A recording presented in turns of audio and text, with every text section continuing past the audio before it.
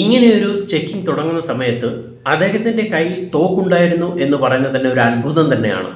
കാര്യം ഈ income ടാക്സിൻ്റെ checking തുടങ്ങുന്ന സമയത്ത് ഫോൺ മുതൽ സകലമാന സാമഗ്രികളും പിടിച്ചു വെക്കാനാണല്ലോ പതിവ്. അങ്ങനെ ഉണ്ടായിരുന്ന സ്ഥിതിക്ക് എന്തുകൊണ്ട് ഇങ്ങനെ ഒരു സുരക്ഷാ പിഴവ് പറ്റി? അതായത് അദ്ദേഹത്തിൻ്റെ കയ്യിൽ തോക്കുണ്ടായിരുന്നു എങ്കിൽ എന്തുകൊണ്ടത് നേരത്തെ അത് പിടിച്ച് മേടിച്ച് വച്ചില്ല? അല്ലെങ്കിൽ അത് എന്തുകൊണ്ട് ചെക്ക് ചെയ്യാൻ മറന്നുപോയി? കോൺഫിഡൻ്റ് ഗ്രൂപ്പ് ചെയർമാൻ CJ റോയിയുടെ മരണവാർത്ത കേട്ടാണ് ഇന്ന് രാവിലെ തന്നെ കേരളത്തിൽ അദ്ദേഹത്തിന് അറിയാവുന്ന എല്ലാവരും ഒരു ഷോക്കോടുകൂടി കാണുന്ന ഒരു കാര്യം. അതായത് അദ്ദേഹത്തിന് അറിയാവുന്ന എല്ലാ മേഖലയിൽ ജോലി ചെയ്യുന്ന ആൾക്കാരും വളരെ ഷോക്കോടുകൂടി നോക്കിക്കണ്ട ഒരു വാർത്തയാണ് അദ്ദേഹത്തിൻ്റെ മരണം. കാര്യം ഒരിക്കലും ആരും പ്രതീക്ഷിച്ചില്ല അദ്ദേഹം മരിക്കുമെന്ന്. മരണകാരണം എന്താണെന്ന് നമുക്കറിയാം. അദ്ദേഹം തന്നെ സ്വയം ജീവനൊടുക്കി എന്നാണ് പറയുന്നത്. അതായത് അദ്ദേഹത്തിൻ്റെ കയ്യിലുള്ള സ്വന്തം റിവോൾവർ, അതായത് തോക്ക് ഉപയോഗിച്ച് വെടിയുതിർത്താണ് അദ്ദേഹം മരണപ്പെട്ടതെന്നാണ് വാർത്തയിലെല്ലാം നമ്മൾ വായിക്കുന്നതും നമ്മൾ കേൾക്കുന്നതുമെല്ലാം.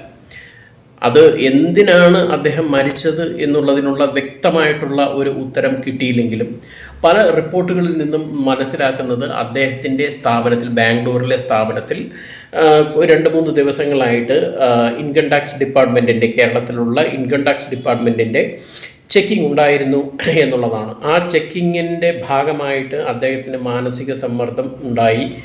അല്ലെങ്കിൽ അവർ ചോദിച്ച പല ഡോക്യുമെൻസിൻ്റെ കാര്യത്തിനും ഉത്തരം പറഞ്ഞുകൊണ്ടിരിക്കെ പല കാര്യത്തിലും അദ്ദേഹത്തിന് പറയാനുള്ള ഒരു മാനസിക സമ്മർദ്ദം ഉണ്ടായി. അദ്ദേഹം തന്നെ അദ്ദേഹത്തിൻ്റെ റൂമിലേക്ക് കയറി, ഓഫീസിലുള്ള റൂമിലേക്ക് കയറി സ്വന്തമായിട്ട് ജീവനൊടുക്കി എന്നാണ് നമ്മൾ വാർത്തയിലെല്ലാം കേട്ടത്. 2016 മുതൽ തന്നെ നിരവധി ആരോപണങ്ങൾ അദ്ദേഹത്തെ ചുറ്റിപ്പറ്റി നിൽക്കുന്നുണ്ടായിരുന്നു.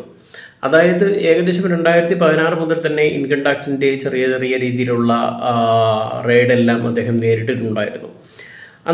ഈ ഇടക്കാലത്ത് അന്നത്തെ ആ സമയത്ത് ഇറങ്ങിയ കാസിനോവ പോലെ ഒരു സിനിമയ്ക്ക് വേണ്ടി അദ്ദേഹം 30 മുതൽ 40 കോടി വരെ ചിലവഴിച്ചു എന്ന് അദ്ദേഹം ക്ലെയിം ചെയ്യുന്നുണ്ടായിരുന്നു. പക്ഷേ അന്നത്തെ ആൾക്കാർ, അവിടെ എക്കണോമിസ്റ്റ് ആയിട്ടുള്ള ആൾക്കാർ അടക്കം പറഞ്ഞത് അത്രത്തോളം കോടി രൂപയൊന്നും ആ സിനിമയ്ക്കാവില്ല. ഈ കള്ളപ്പണം വെളുപ്പിക്കാൻ വേണ്ടിയിട്ടാണ് അദ്ദേഹം ഇങ്ങനെയുള്ള കാര്യങ്ങൾ പറയുന്നത്. അങ്ങനെയുള്ള ഒരുപാട് അലിഗേഷൻസ് അങ്ങനെ ചുറ്റിപ്പറ്റി അന്നത്തെ കാലഘട്ടത്തിൽ ഉണ്ടായിട്ടുണ്ടായിരുന്നു. ഇനി പറയാനുള്ളത് ദുബായ് എന്ന രാജ്യത്തെക്കുറിച്ചാണ്.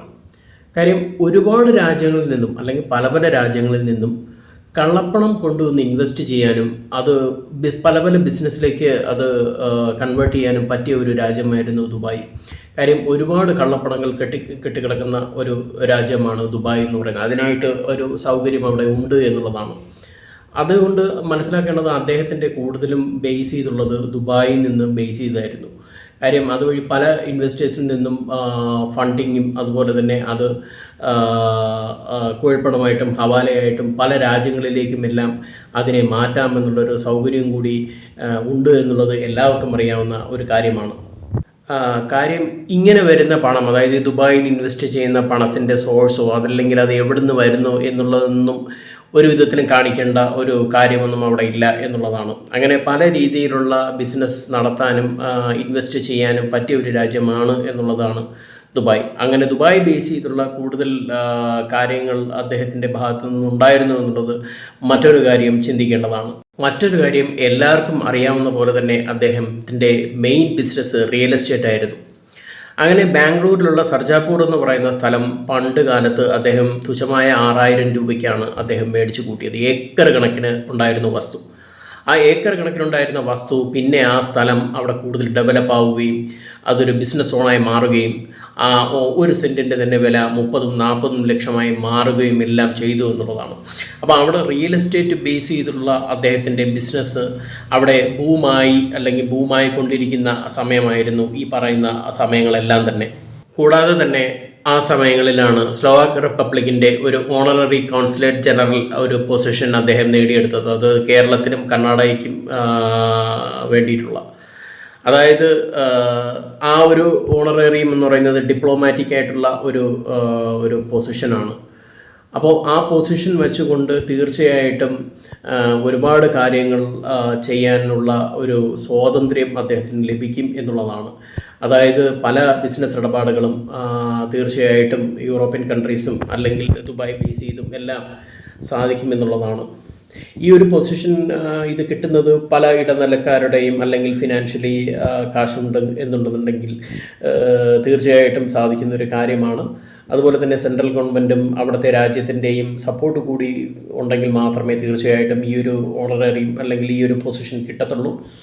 അപ്പോൾ അപ്പം നമുക്കറിയാം ഈ ഇങ്ങനൊരു കോൺസുലേറ്റ് ജനറൽ ഇങ്ങനെ ഒരു ഓണററി പൊസിഷൻ ഉണ്ടെങ്കിൽ നമുക്ക് എന്തെല്ലാം ഇളവുകൾ ഇത് ലഭിക്കുമെന്നുള്ളത്. അതായത് പല കേസിലും അല്ലെങ്കിൽ ക്രിമിനൽ കേസോ പല കേസുകളോ പെട്ടെന്ന് ഒന്നും തന്നെ എടുക്കാൻ കഴിയില്ല.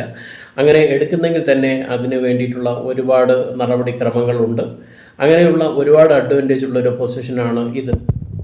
ഇങ്ങനെ പല ആരോപണങ്ങളും കേൾക്കുന്നത് എന്ന് പറഞ്ഞാൽ ഇത് ബേസ് ചെയ്തുകൊണ്ട് എല്ലാം തന്നെ പല ഇൻവെസ്റ്റേഴ്സിൽ നിന്നും ഫണ്ടിങ്ങുകൾ നേടുകയും അത് ദുബായ് ബേസ് ചെയ്ത് ഇന്ത്യയിലേക്കും കേരളത്തിലേക്കും പല സ്ഥലങ്ങളിലേക്കും ഇൻവെസ്റ്റ് ചെയ്തു എന്നൊക്കെയാണ് പല ആരോപണങ്ങൾ പറയുന്നത്.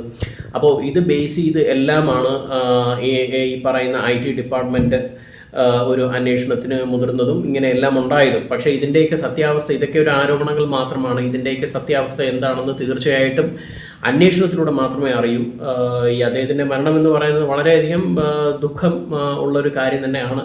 കാര്യം സത്യസന്ധനായിട്ടുള്ള അല്ലെങ്കിൽ വളരെ ഹാർഡ് വർക്കിംഗ് ആയിട്ടുള്ള ലൈം ലൈറ്റിൽ നിന്നിട്ടുള്ള ഒരു ഓൺട്രപ്രണറാണ്, ഒരു സെലിബ്രിറ്റിയാണ് അദ്ദേഹം. അതുകൊണ്ട് എന്താണ് ഇതിൽ സംഭവിച്ചതെന്നുള്ളത് അന്വേഷണത്തിലൂടെ പുറത്തു വരട്ടെ. ഇതൊക്കെ ആരോപണങ്ങൾ മാത്രമാണ്. പലരും അതിൻ്റെ ഈ വാർത്തയെ ചുവട് പിടിച്ചുകൊണ്ട് പല കാര്യങ്ങളും പറയുന്നുണ്ട്. അതായത് BJP ആണ് ഇതിന് പിന്നിലെന്നും, അതായത് BJP അദ്ദേഹത്തിന് എതിരായിട്ട് വാശി തീർത്തതാണെന്നും, അല്ലെങ്കിൽ BJPക്ക് കൂടെ നിൽക്കാത്ത, BJPയുടെ കൂടെ നിൽക്കാത്ത ആൾക്കാരെയെല്ലാം BJP ഒതുക്കുന്നുവെന്നും, EDയെ കൊണ്ട് ഒതുക്കുന്നുവെന്നും, അവർക്ക് ഫണ്ട് കൊടുക്കാത്തവരെയെല്ലാം അവർ ഒതുക്കുന്നുവെന്നും, അങ്ങനെയുള്ള കാര്യങ്ങളൊക്കെ നമ്മൾ ഒരുപാട് കാര്യങ്ങൾ ഇങ്ങനെ ഫേസ്ബുക്കിലും പല കാര്യത്തിലും പോസ്റ്റിൻ്റെ അടിയിലും കമൻ്റായിട്ടും അങ്ങനെയൊക്കെ കണ്ട കുറേ കാര്യങ്ങളാണ്. അതിൽ എത്രത്തോളം സത്യാവസ്ഥ ഉണ്ടെന്നെല്ലാം അന്വേഷണത്തിലൂടെ മാത്രമേ അറിയൂ. കാര്യം സത്യസന്ധമായ അന്വേഷണത്തിലൂടെ മാത്രമാണെങ്കിലേ അറിയാൻ സാധിക്കും. അപ്പോൾ നമുക്കറിയാം പൊളിറ്റിക്കൽ ഇൻഫ്ലുവൻസിൻ്റെ മേളിൽ ഒന്നും ചെയ്യാൻ പറ്റില്ല. അതായത് പൊളിറ്റിക്കൽ ഇൻഫ്ലുവൻസ് ഉണ്ടെങ്കിൽ നമ്മുടെ രാജ്യത്ത് എന്തും സാധ്യമാണ് എന്നുള്ളത് നമുക്ക് എല്ലാവർക്കും അറിയാം. പക്ഷേ ഇതിൻ്റെ ഒരു യാഥാർത്ഥ്യം എന്താണെന്ന് ഇതുവരെ തെളിവ്, അതായത് പരിശോധനയിലൂടെ അറിഞ്ഞില്ല എങ്കിലും നമ്മൾ മനസ്സിലാക്കാൻ സാധിക്കുന്നത്, അതായത് പല റിപ്പോർട്ടുകളിൽ നിന്ന് മനസ്സിലാക്കാൻ സാധിക്കുന്നത്, ഇത് സെൻട്രൽ ഗവൺമെൻറ്റിൻ്റെ ED വിട്ടതോ അല്ലെങ്കിൽ EDയുടെ അന്വേഷണത്തിൻ്റെ ഭാഗമായിട്ടോ ഒന്നുമല്ല ഈ സംഭവം ഉണ്ടായത്. അതായത് ഇൻകം ടാക്സ് ഡിപ്പാർട്ട്മെൻറ്റ്, അതും കേരളത്തിൽ നിന്നുള്ള സംഘമാണ് അവിടെ റെയ്ഡ് നടത്തിയത്. അതായത് കർണാടകയിൽ ഈ ഇടയ്ക്കൊരു പ്രശ്നമുണ്ടായി എന്നുള്ളതാണ് കാര്യം. അവിടെ ഉള്ള പല ഫിലിം ഇൻഡസ്ട്രിയിൽ വർക്ക് ചെയ്യുന്നതും അങ്ങനെ ഒരുപാട് ആൾക്കാരുടെ കള്ളപ്പണം, അതായത് രാഷ്ട്രീയ സിനിമാ രംഗത്തുള്ള ഒരുപാട് ആൾക്കാരുടെ കള്ളപ്പണം ഈ ഇങ്ങനെയുള്ള ബിൽഡേഴ്സിൻ്റെ ഇതിലാണ് ഇൻവെസ്റ്റ് ചെയ്തിട്ടുള്ളത്. ബിൽഡേഴ്സിൻ്റെ കമ്പനി, അവരുടെ കമ്പനിയിൽ ഇൻവെസ്റ്റ് ചെയ്തിട്ടുണ്ട്, കള്ളപ്പണം ഇൻവെസ്റ്റ് ചെയ്തിട്ടുണ്ട് എന്നുള്ളൊരു റിപ്പോർട്ട് പ്രകാരം അതിനെ ചുവട് പിടിച്ചുകൊണ്ട് ഒരുപാട് ഇടയ്ക്ക് ചെക്കിംഗ് ഉണ്ടായിരുന്നു. ഇത് കോൺഫിഡൻറ്റ് ഗ്രൂപ്പിൽ മാത്രമല്ല, പല കൺസ്ട്രക്ഷൻ കമ്പനികളിലും ഇതുപോലുള്ള റിയൽ എസ്റ്റേറ്റ് കമ്പനികളിലുമെല്ലാം ഈ പറയുന്ന പോലെ അന്വേഷണം അല്ലെങ്കിൽ റെയ്ഡ് ഉണ്ടാവുകയും അതിന് ചുവട് പിടിച്ചുകൊണ്ട് ഏകദേശം നവംബറിലോ ഡിസംബറിലോ ഈ കോൺഫിഡൻറ്റ് ഗ്രൂപ്പിലും ഈ റെയ്ഡ് ഉണ്ടായിരുന്നു. ആ സമയത്ത് അദ്ദേഹം ഇവിടെ ഇല്ലായിരുന്നു, വിദേശത്തായിരുന്നു. മിസ്റ്റർ റോയ് എന്ന് പറയുന്ന ആൾ, അതിൻ്റെ ഓണർ ഇവിടെ ഇല്ലായിരുന്നു, വിദേശത്തായിരുന്നു. പക്ഷേ ആ സമയത്ത് പല ഡോക്യുമെൻറ്റുകളും IT ഡിപ്പാർട്ട്മെൻറ്റ് കണ്ടെത്തി സീല് ചെയ്ത് വയ്ക്കുകയാണ് ഉണ്ടായത്. കാര്യം അദ്ദേഹം ഇവിടെ ഇല്ലായിരുന്നല്ലോ. പക്ഷേ കോൺഫിഡൻറ്റ് ഗ്രൂപ്പ് ഇതിനെതിരായിട്ട് പിന്നെ ബാംഗ്ലൂർ ഹൈക്കോടതിയിൽ ഒരു പരാതി കൊടുക്കുകയും അത് സ്റ്റേ ചെയ്യുകയാണ് ചെയ്തത്. അപ്പീൽ കൊടുത്ത് സ്റ്റേ ചെയ്യുക ചെയ്തത്. കാര്യം ഇതെല്ലാം വെറുതെ ഒരു അർത്ഥരഹിതമായിട്ടുള്ള അന്വേഷണമാണെന്നൊക്കെ റീസൺ പറഞ്ഞാണ് കൊടുത്തത്.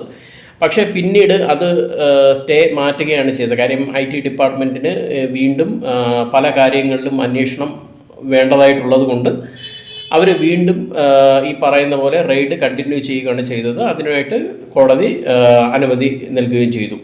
ഇതേ തുടർന്നാണ് അവർ മിസ്റ്റർ റോയിയെ, CJ റോയിയെ, അതിൻ്റെ ചെയർമാനായിട്ടുള്ള CJ റോയിയെ വിദേശത്ത് നിന്ന് വീണ്ടും തിരിച്ചിവിടെ എത്തിക്കുകയാണ് ചെയ്തത്. കാര്യം ഇതിൻ്റെ നിജസ്ഥിതികൾ ചോദിച്ചറിയാൻ വേണ്ടിയിട്ട്. അങ്ങനെയാണ് ഈ റെയ്ഡ് ഇപ്പോൾ നടന്നുകൊണ്ടിരുന്നപ്പോൾ അദ്ദേഹം പല ഡോക്യുമെൻറ്റുകളും, അതായത് റെയ്ഡിന് ആവശ്യമായിട്ടുള്ള പല ഡോക്യുമെൻറ്റുകളും ആവശ്യപ്പെട്ടപ്പോൾ അതിനിടയ്ക്ക് അദ്ദേഹം സ്വയം ജീവനൊടുക്കിയതും. അപ്പോൾ പല കാര്യങ്ങളും നമ്മൾ കേൾക്കുന്നുണ്ട്. അങ്ങനെ റിപ്പോർട്ടുകളനുസരിച്ച് എന്തൊക്കെയാണെന്നുള്ള കാര്യങ്ങളാണ് ഇതുവരെയും വ്യക്തമായിട്ടുള്ളത്. പക്ഷേ ഇതിൻ്റെ അന്വേഷണത്തിലൂടെ മാത്രമേ ഇതിൻ്റെ പുറകിലുള്ള യഥാർത്ഥ കാരണം നമുക്ക് മനസ്സിലാക്കാൻ സാധിക്കൂ.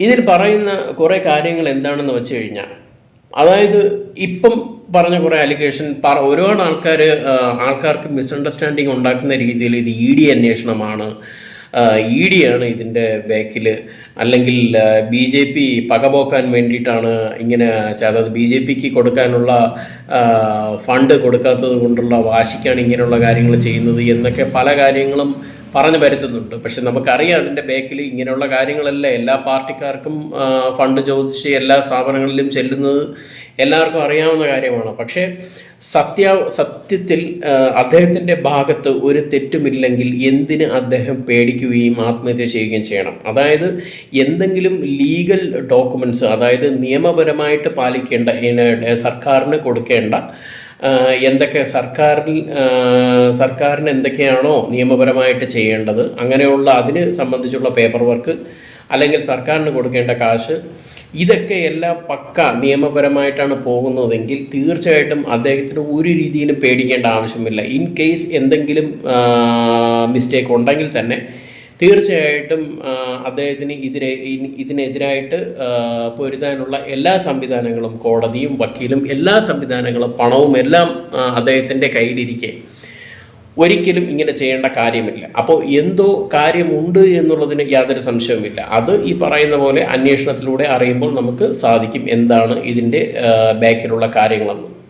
മറ്റൊരു തരത്തിൽ ചിന്തിച്ചാൽ, അതായത് ബാംഗ്ലൂർ എന്ന് പറയുമ്പോൾ കോൺഗ്രസ് ആണല്ലോ അവിടെ ഭരിക്കുന്നത്. അപ്പം BJPയുടെ ഭരണമില്ലാത്ത ഒരു സ്ഥലം എന്നുള്ള നിലയ്ക്ക് വേണമെന്ന് വെച്ചാൽ BJPക്ക് ഈ പറയുന്ന പോലെ ഒരു പൊളിറ്റിക്കലി ഒരു കളിക്കാൻ പറ്റിയ ഒരു മേഖല തന്നെയാണ്. കാര്യം അതിനെതിരെ പല രീതിയിൽ അവർ ഇടയ്ക്ക് കളിക്കുന്നുണ്ടായിരുന്നു. കാര്യം എന്ന് പറഞ്ഞാൽ അവിടുത്തെ ഉള്ള ഉപമുഖ്യമന്ത്രിയെ വരെ ഈ ഇടയ്ക്ക് ED പിടിക്കുകയുണ്ടായി, അകത്താക്കുകയുണ്ടായി. അപ്പോൾ അവിടുത്തെ സർക്കാരിന് വളരാൻ വേണ്ടിയിട്ട് ഈ റിയൽ എസ്റ്റേറ്റിൽ ഒരുപാട് ഓണേഴ്സും അങ്ങനെയുള്ള ആൾക്കാരും എല്ലാം അവർക്ക് ഫണ്ട് കൊടുത്ത് സഹായിക്കുന്നു എന്നുള്ള ഒരു വാർത്ത ചൂട് പിടിച്ചുകൊണ്ട് തന്നെയാണ് BJP ഈ ഇടയ്ക്ക് ഒരുപാട് ഇങ്ങനെയുള്ള, അതായത് EDയെ വച്ചിട്ട് സെൻട്രൽ ഗവൺമെൻറ് ഒരുപാട് ഇങ്ങനെ അന്വേഷണങ്ങൾ നടത്തുകയും അതിന് ചൂട് പിടിച്ചുകൊണ്ട് ഒരുപാട് പേര് അറസ്റ്റിലാവുകയും എല്ലാം ചെയ്തതൊക്കെ എന്നുള്ള ഇടയ്ക്കൊരു ന്യൂസ് ഉണ്ടായിരുന്നു. പക്ഷേ അങ്ങനെയുള്ള അതുകൊണ്ടായിരിക്കാം, അതിൻ്റെ ഒരു ഭാഗമായിരിക്കാം ഇങ്ങനെയൊക്കെ സംഭവിച്ചതെന്നും പലർക്കും ഉത്കണ്ഠയുണ്ട്. പലരും അങ്ങനെയുള്ള കാര്യങ്ങളെല്ലാം പറഞ്ഞ് പരത്തുന്നുമുണ്ട്. പക്ഷേ എന്തൊക്കെയാണെങ്കിലും ശരി തന്നെ ഇതിൻ്റെ സത്യാവസ്ഥ എന്താണെന്നുള്ളത് തീർച്ചയായിട്ടും ഇനി വരുന്ന ദിവസങ്ങളിൽ അന്വേഷണത്തിലൂടെ നമുക്ക് അറിയാൻ സാധിക്കും. അതായത് എന്താണ് ഇതിൻ്റെ സത്യം എന്ന്. പക്ഷെ ഒരു കാര്യം ഞാൻ പറയാം, ഏതൊരു സ്ഥാപനമായാലും, അതായത് നമ്മുടെ ഏതൊരു ഇൻഡസ്ട്രിയിൽപ്പെട്ട സ്ഥാപനമായാലും നിയമം അനുശാസിക്കുന്ന രീതിയിൽ ഒരു അഴിമതിയോ ഒരു രാഷ്ട്രീയ പൊളിറ്റിക്കൽ ഇൻഫ്ലുവൻസോ അല്ലെങ്കിൽ മറ്റെന്തുകൊണ്ടോ, ക്യാഷിൻ്റെ ബലത്തിലോ എന്തുകൊണ്ടോ ഗവൺമെൻറ് നിഷ്കർഷിച്ചിരിക്കുന്ന നിയമപരമായിട്ടുള്ള കാര്യങ്ങൾ പാലിച്ച് മാത്രമേ ആ സ്ഥാപനം മുന്നോട്ട് പോകാൻ പാടുള്ളൂ.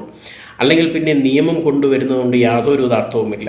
ഒരു കമ്പനി എന്ന് പറയുമ്പോൾ തീർച്ചയായിട്ടും ആ കമ്പനി ഒരുപാട് നിയമങ്ങളാൽ പ്രവർത്തിക്കുന്ന കമ്പനിയായിരിക്കും. പ്രൈവറ്റ് കമ്പനി ആയാലും ഗവൺമെൻറ് കമ്പനി ആയാലും, ഈവൻ പ്രൈവറ്റ് കമ്പനി ആയാൽ പോലും ഗവൺമെൻറ് നിഷ്കർഷിച്ചിരിക്കുന്ന ഒരുപാട് കാര്യങ്ങളിൽ നിയമങ്ങളാൽ അനുസരിച്ച് വേണം അവർ പ്രവർത്തിക്കാൻ. പക്ഷെ പല കമ്പനികളും പല രീതിയിലുള്ള മാൽ പ്രാക്ടീസസും നടത്തുന്നത് പല വാർത്തകളിലൂടെ നമ്മൾ കണ്ടിട്ടുണ്ട്.